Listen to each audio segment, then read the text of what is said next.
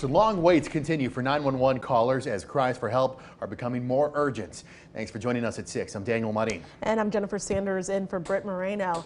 Austin City councilors talked about it at an online forum today. So they revealed this month to date, the average caller to 911 has been on hold for 2.5 minutes.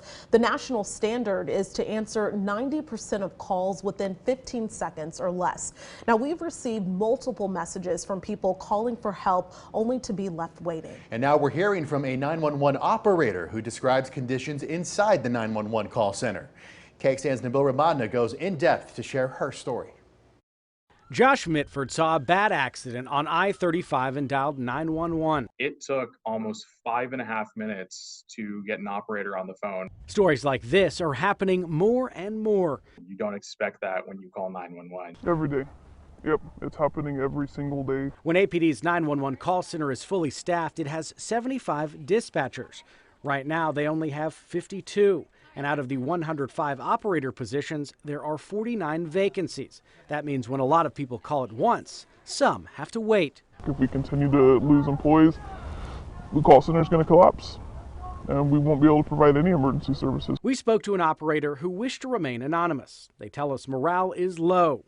And when they see the caller queue back up, it makes a high-stress job even more stressful. A lot of people have already reached that point of being too burned out, and they've left.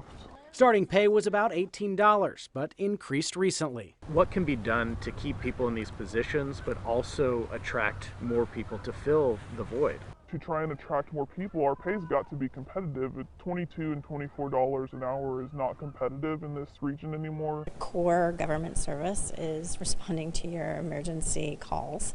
And we're not doing that at the level that we need to in our city. Austin Councilmember Allison Alter says she's been highlighting the issue for more than a year, and something should have been done much sooner. I think that management needs to lean in, and that's not just APD, it's also HR and the city manager. If not, more people could leave, meaning even longer waiting when you call 911. 911, what's your emergency? Morale is not great.